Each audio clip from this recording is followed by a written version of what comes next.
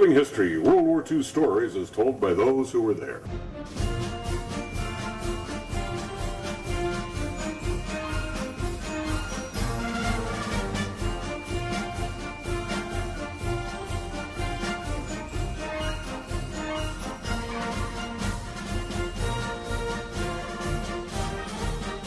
We were supposed to jump about 6 miles in from the beach and hold the beachhead there till they met up with us. I was in the middle of a stack. I was pretty lucky because I was going to get out anyway, regardless of what happened, because when they start pushing you, you go out. But after we got over the channel, then the flak started coming up. And it sounded like it was hailing outside when it hit your planes.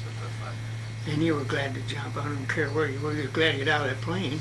That's where I actually jumped. We were right there close to the little town we were supposed to be next to, St. Marie-de-Mont. And the first thing I did was get my chute off. This is actually the chute that I jumped in Normandy. Okay. Can you hold it up a little bit? Yeah. Like right about. Okay.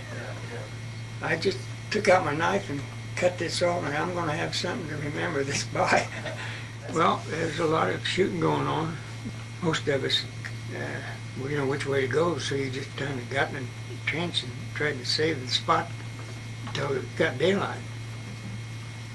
And when daylight came, and we seen what was happening, there everybody was all around, Germans and GIs, and yeah, we got linked up in small groups. There wasn't 100 people coming together or anything like that. There's 15 here, 20 there, 30 there.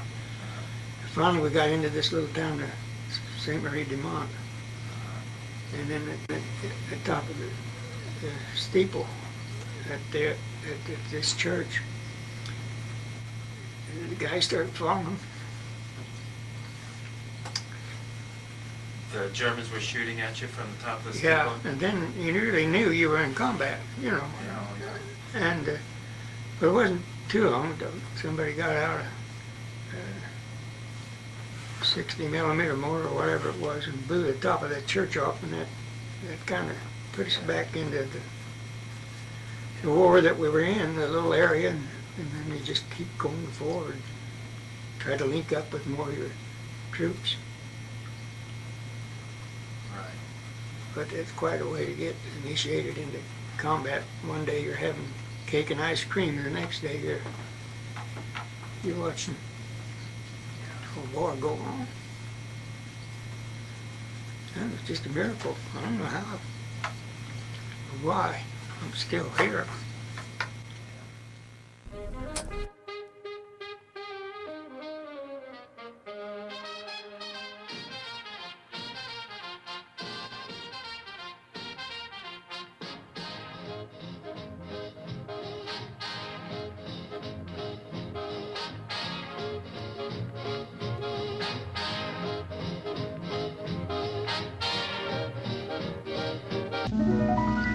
Back home again in Indiana, and it seems that I can see the gleaming candlelight still shining bright through the sycamores for me.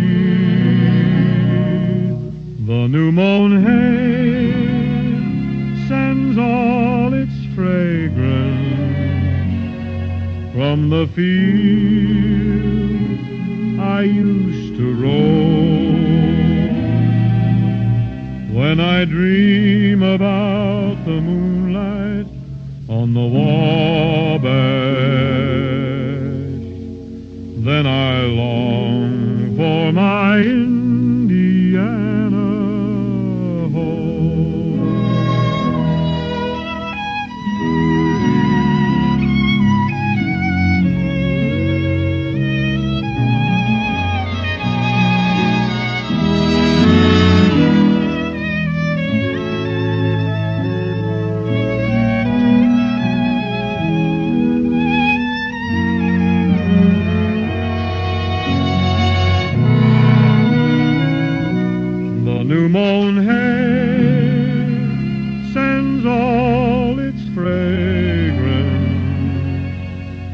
from the field I used to roam.